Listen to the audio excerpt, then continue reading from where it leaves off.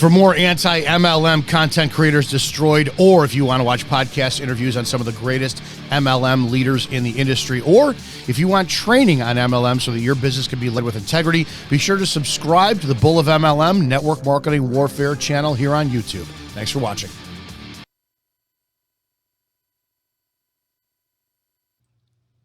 You know, one of the reasons that you failed or you quit in your network marketing industry is because you couldn't accept that the business is exactly what it is. And or if you're on the verge of quitting, it's because you're not duplicating or telling people exactly what the industry is, right? Here's what you're doing. Some you say, hey, I'd like to share my opportunity with you. And somebody hears those words and they go, oh, great. Is this a pyramid scheme? No, it's not like that. And instead of going, yes, it is. It 100% is one of those pyramid scheme things, because if you look at the definition of the word scheme, it's a plan, it's a structure, it's not a scam. Granted, some people are scamming in this industry, but you're afraid to accept what we do in this business. It's just two things. We sell a product or a service, and then we recruit others to do the same. So when it comes down to the semantics, you know, the language games that we play in network marketing, and trust me, I did it for years because I wasn't trained and no one told me. And what that did was it taught me to be embarrassed of the industry and ultimately quit the first time because I couldn't do it properly. I believed forever that after I saw the plan and I saw the structure and I saw the company that I was with and the product, I'm like, this is amazing. I just couldn't sell it because I didn't believe in it. Meaning that I wasn't educated in the business model. I didn't know how to teach the business model. I didn't know how to accept when somebody goes, oh, you're one of those pyramid scam things. Well, you know, it's not like that because it really is, you know, you're doing this. It's a pyramid. What is wrong with you? You're just trying to sell me your product. No. I am. So when you get involved with network marketing, one of the first things that you need to do is you need to accept that you are selling a product or a service and you are attempting to recruit others to do the same. The moment you do that, I swear your business will grow and it will thrive because you won't have that internal conflict of trying to reinvent the wheel. I tell many times the story when I used to teach women's self-defense classes, even for free in the city of Chicago. We would try to reinvent the wheel because we didn't like the mindset of being defensive, right? Women's self-defense. And we went through this big presentation lecture on trying to teach people, well, if you're in defense mode, that's a mindset we don't want you in. We want you in attack mode and offensive mode and victory mode. So we started calling our program Women's Self-Offense. You know, women didn't know what the hell it was. What are you teaching? And then we'd explain it. Oh, so you teach women's self-defense. Well, no, but we just stop trying to reinvent the wheel. You are in network marketing. You're a salesperson. It's very simple. Accept that. We're looking at Eric Worre's Consult, Don't Sell. And I chose this because of the title, because I know a lot of time in Eric's content and other people's content to not intimidate you from what you're supposed to do, sales, because sales is so intimidating. When you tell someone, yeah, I have a job for you, because you slid into someone's DM. Hey, do you know anybody who's hiring? Well, you know, we are, and it's 100% commission sales. You know, most people are going to be so intimidated of it. They're not going to listen to you. So you dumb it down. Oh yeah, let me tell you about this product and this opportunity we share with people. And people don't want to hear it. They just want to hear how they get paid, right? So the allure of this is the softness that brings you in. And my method, which is the complete opposite, is to be completely inundated. Just jump right in that pool of, this is hard. This is sales. This is a lot of work. There is a lot of integrity that's involved that a lot of people want to hide behind and not present to themselves. And yeah, we are salespeople. And our job is to pitch, close, objection handle, navigate all your I don't know, and sell. So let's listen to what Eric has to say, and we're going to talk about this today. And do not forget to subscribe and comment below what you think and what you want to see. And if you're in the network marketing industry, and here's my number, 708-982-0974. You can text. I got a problem. I'm with XYZ company. Tell me what I can do. My upline's not helping me out here. I want to help you. I'd love to help you. That's my passion for this. If you have a comment below, comment. Let me know what you think. Hit that subscribe button, share these videos, and let's change the network marketing culture together. Welcome to Network Marketing Pro. My name is Eric Worre. Today I want to talk to you about how to talk to prospects. Okay.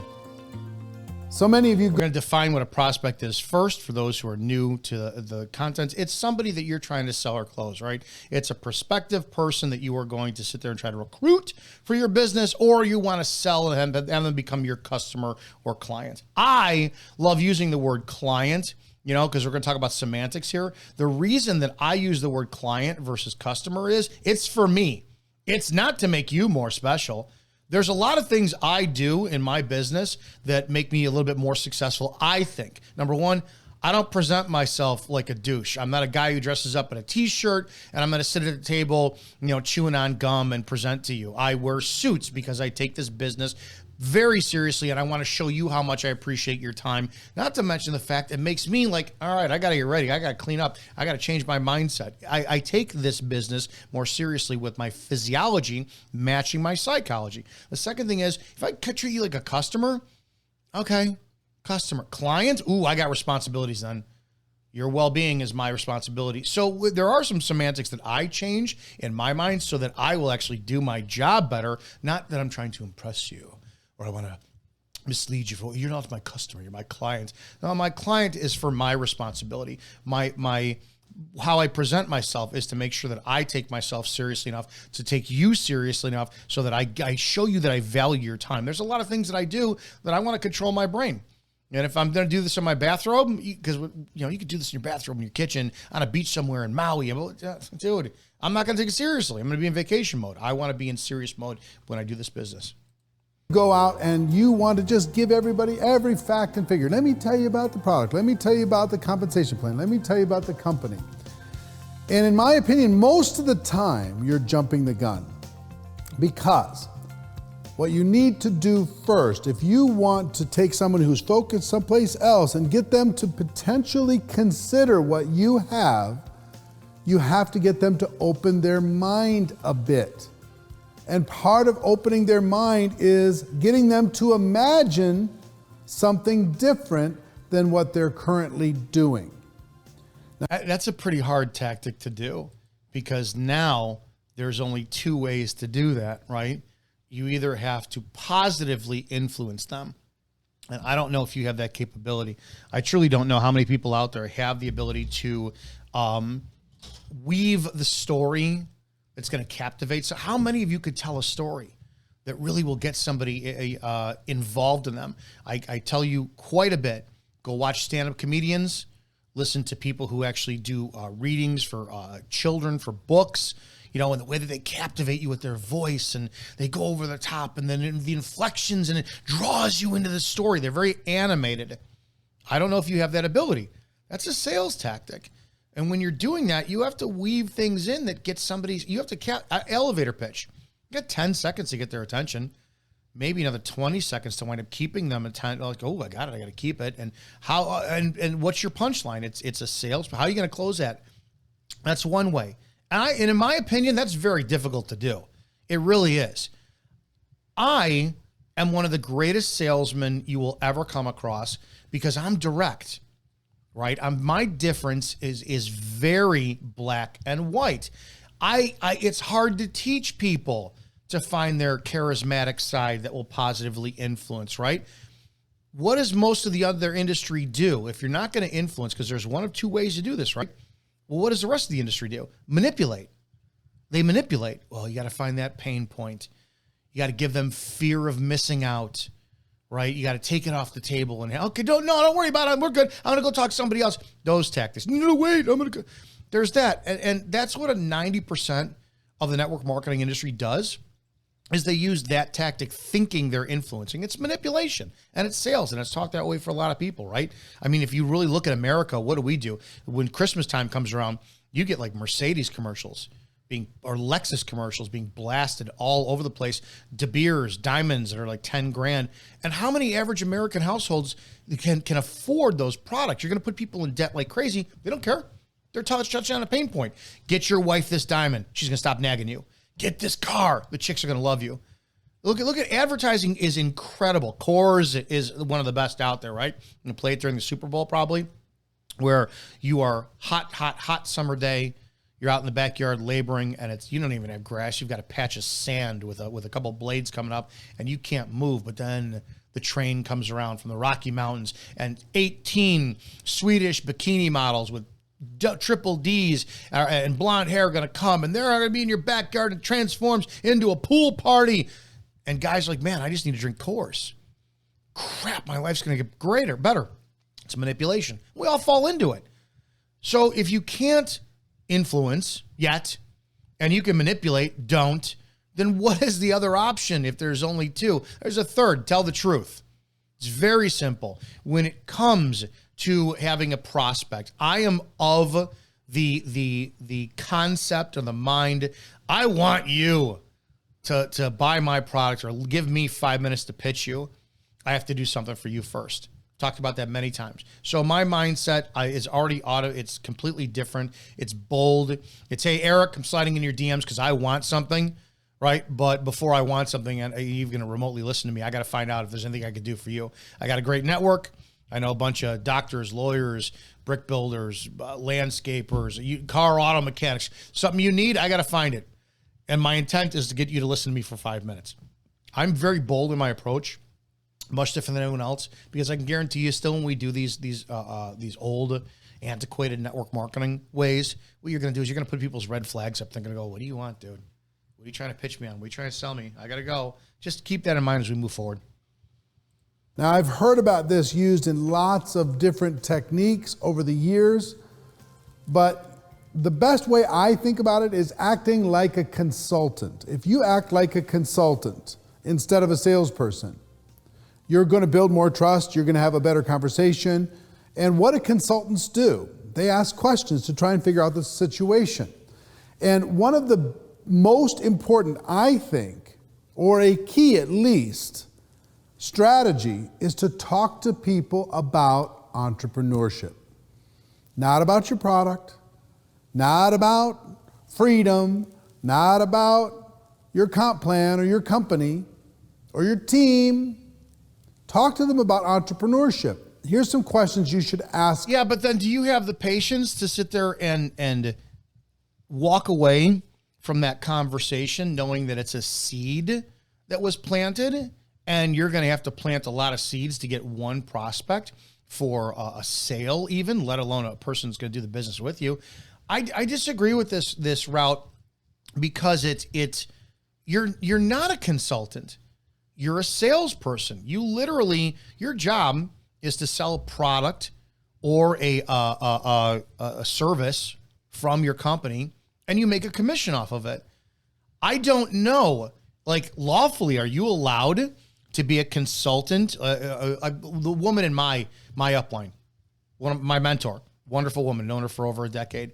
She could be a consultant because of her education that's related to our business. It's better than anyone's in the company as far as I'm concerned. She has every right to match the ability to consult. I don't, because my education, my formal education doesn't fit in that.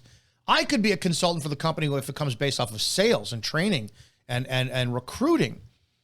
But so if I went that route, maybe I would consult for free, as I do here, right?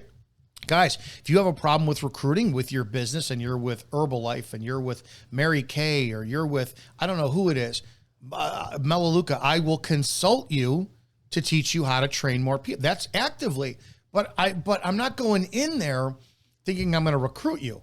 I want to recruit you. I'm going to give you value so you go, holy crap, man, why am I not working with Izzo? My upline is nothing like this. That's the value I try to present. Trust me, everything I do has an ulterior motive. But when you go this route, are you an expert? I mean, are you a walking, living, eating, sleeping, breathing expert in the product, the production of it, the everything from the cost of the distribution to the packaging? Are you? And then if you're bringing that to someone, well, consulting is all about trying to solve somebody's problem.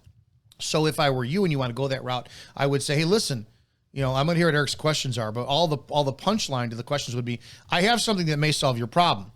And then be transparent. I want your business, but I want to hear what your issues are first. So if you're going to go as a consultant route, what's your ulterior motive? What is your intent? You have to be clear about that. And you definitely have to be clear about that with the people you approach for this. People. have you ever gone into business for yourself? And when you ask that question, what are you going to get? You're going to get, no, I haven't. And if they say, no, I haven't, then you're going to say, why didn't you?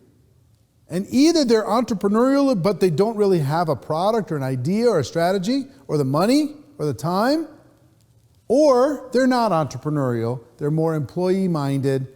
And that's a very important thing for you to know when you're talking to a person, an employee-minded person, that they're going to go through some pretty big struggles in this entrepreneurial environment of network marketing. If you don't know that and you're trying to push an employee-type person into entrepreneurial thinking, you're going to create some stress and drama and friction. So, if they say no... You mean what 90% of the network marketers who recruit people in do on a daily basis? I appreciate you mentioning that, because that's an epidemic in this industry. I haven't, and here's why I haven't. Because you can ask the other questions, why didn't you?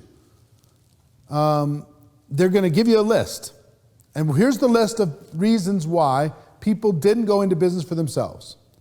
I was too afraid. I didn't know if I had the skills. I didn't have a good product or a good service. I didn't have enough money. I didn't have the time to do it. I couldn't risk quitting my job in order to be able to make it happen, even though this has been my dream my whole life. And if they give you that list, what do we have inside the network marketing profession to be able to take care of that list? We have the friendliest environment for an entrepreneurial person who has the dream but doesn't have the vehicle. No, we don't. Don't pretend for 1 second that network marketing has the friendliest environment. It's a mean girls club. If I will tell you this, and this is why I go look online at the amount of women who are in social media, who leverage their social media, who claim they're successful in network marketing, and look at they're all the same. Cookie cutter blondes, augmented chest, a rich husband, has them able to do their reels dancing barefoot in the kitchen with glass of wine party. And you've got like that one token girl who doesn't fit the bill of everyone else. That she just is not attractive, and she's hanging around everyone else. And this is what they do. We're living our best life ever. And they shit on their downline like you wouldn't believe. All you have to do is this. Because they're untrained and they're uneducated. This is not a friendly. If you are trying to get involved with network marketing, it is cutthroat, not for the sales aspect, but for the attention aspect. Network marketing breeds narcissists like you would not believe, for the wrong reasons. I truly believe narcissism has its place. When you are focused about yourself, you could build it better to serve other people. There's a whole big conversation to be had with that. But network marketing, it's a faux, a fake, a very disingenuous, just go to an event and listen to how quickly people tell you they love you. And you'd be like, what? I could not imagine becoming a McDonald's franchisee owner and other GMs or owners in the area tell me when I become a member, oh, I love you. You don't know me. What are you talking about? This is one of the most dangerous things he talks about, and it's one of the reasons this industry has such a high quit rate, is because people intermingle their physicality and their emotions and their intimacy and their friendship into this business instead of doing business, and it backfires 100% of the time. We have a way for those people with very low risk, with flexible time, with the product and idea already taken care of, all of the business aspects handled for them, of this huge safety net created for them to give it a shot. That dream that they've had for forever, to give it a shot. So if they say no, they haven't, they'll give you a list of reasons why they haven't, and then you can give them a solution. Or if they say, yes, I have, how's it going? Well, my gosh, I tried it, it didn't work, it was disaster. Why didn't it work? Well, it didn't work because I didn't have enough money, I didn't have enough time, I wasn't good enough with this, the product wasn't good enough, my location wasn't good. This is starting to be a little bit like 40-year-old version, where just ask questions at the speed dating. It's what this is. And the problem is you're going to reel yourself. If you don't have if somebody asks you the questions, based off of your questions, well, how can you help me? Well, how would you have solved that? Are you prepared to answer them? So don't try to just, Seth Rogen, just ask questions. You wait for the seed to become a plant, and then we know what you do with the plant. It's not going to happen that way in this business. If you ask people these questions, you better be on your game. I mean, at the highest level of your game, to sit there and kind of present the solutions for their problems. And 90% of you who come watching this content, you're not at that point. You don't even know how to sell and pitch and close without having your upline on the phone with you yet. Once you get that mastered, and like I said, you're making a car payment without any worry or hesitation, then you can start to build off of that. But for right now, no. 90% of you who are watching this content, this is not for you. Good enough. And do you or do you not have solutions to all of those objections and challenges that person went through? It's the same list of solutions that we have inside the network marketing profession. Or they might say, yes, I've started my own business. I'm doing it right now. And it's a disaster. I don't own the business. The business owns me. I'm a professional babysitter. And they give you all of these lists of challenges that they have with the business. It's the same thing in network marketing. Is it challenging? And they'll give you a whole list of reasons why it's challenging. And what do we have as a solution to a challenged entrepreneur? The ability for somebody else to do all the heavy lifting. The ability for the risk to be very, very low, not have to have employees, not have to have personal guarantees and offices and overhead and all these different things that are necessary for a traditional small business person are not necessary for a network marketing entrepreneur. Problem is, and 90% of you are not ready for that mentality either. I got really good at pitching and closing the day I associated two things, right? There were two things that really resonated with me in this industry.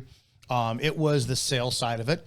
And being a police officer, I went, oh my God, what am I doing it the way that they typically teach in network marketing, not doing it my way? My way as a cop it was my job, based off of my presence and my ability to talk, to influence you into thinking that resisting was a bad idea and putting your hands behind your back without any resistance was a great idea.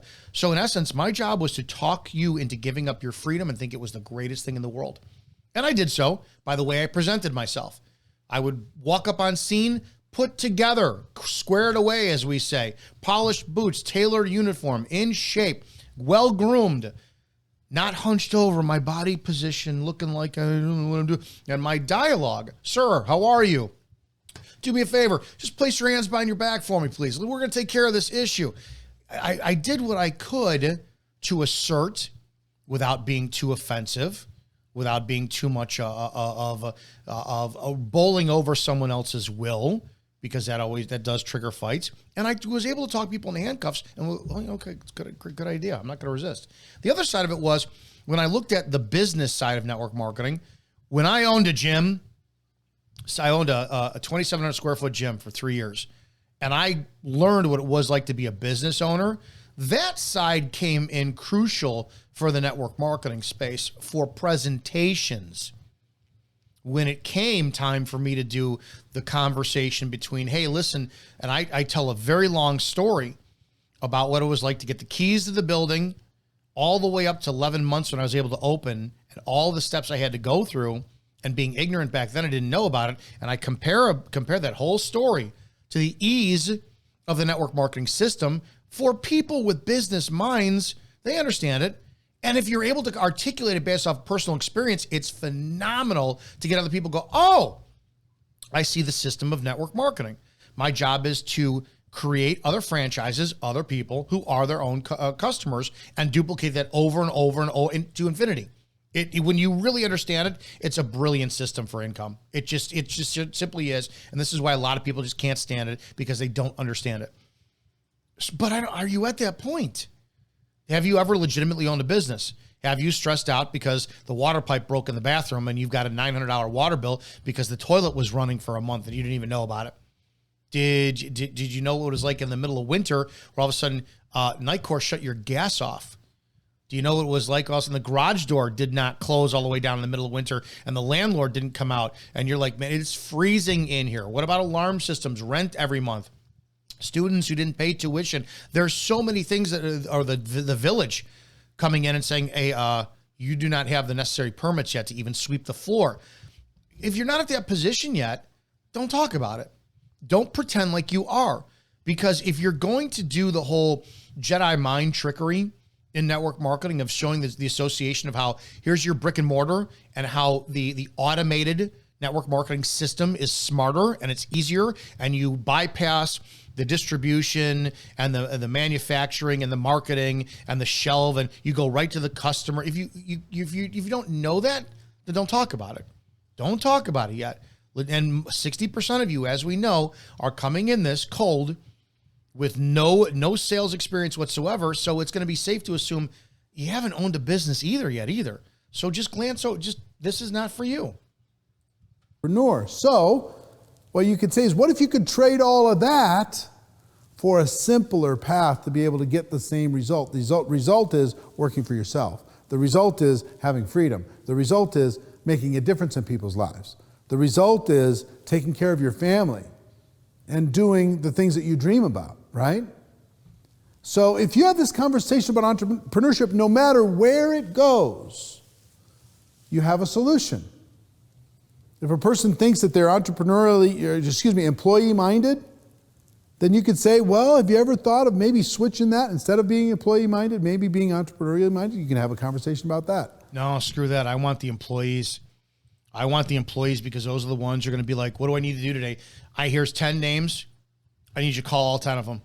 I need you to get contact. Your job today is to get 5 people on the phone with me, period. I think the employee mindset for network marketing is far more successful if you, the upline, are actually involved in actually doing the work. Eric's method and everybody else's method, again, it's antiquated. It's the set it and forget it. I enroll you in, just go get 2 people.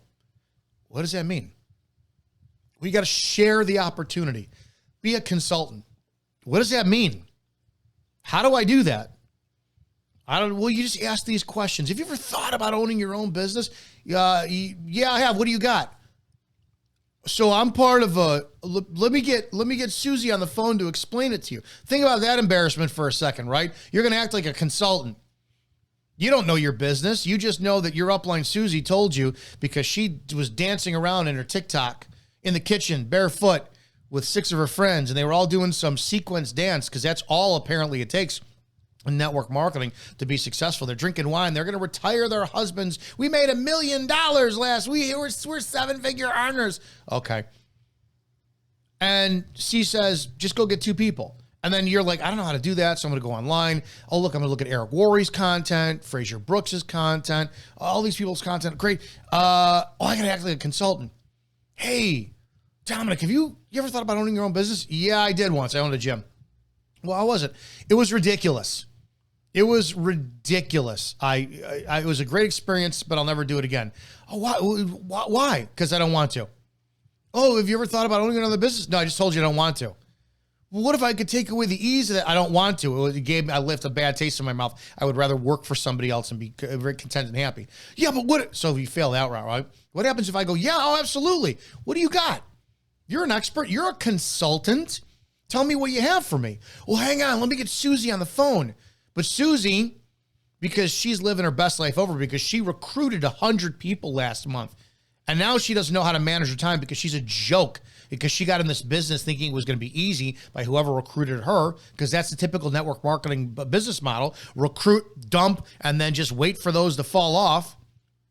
People are involved in this industry for 6 months to a year, and they're like, oh, it's my business closed. I got to go to another one. I'm finally with a company where I could start at the bottom. I hate the excuses. But how do you look? How do you look if Susie is going to go, I got to get Susie on the phone. Then Susie's like, oh, hi. And I'm a business owner, right? You went after me as a consultant, and I'm listening now to Susie speak as she's in her car with her kids in the background screaming and talking. And she's talking. Okay, I got to turn left over here to go to the store. And would you, Jaden, stop that. Philip, I told you, don't do that. When your father, I'm sorry. So anyways, that happens all the time because you're dependent on a third-party call. Because you're not an expert yet in the field. It's only your first week. Now, man, oh my God, are you discouraged? you will feel in your mind's going to go, you're a fraud. You're not an expert in this. You're not a consultant. Fake it till you make it. I gotta think, act as if. All these helpful tools, they're great as long as you can back up you being the expert if your business. I tell you, you want to be successful in network marketing. Get awesome at selling.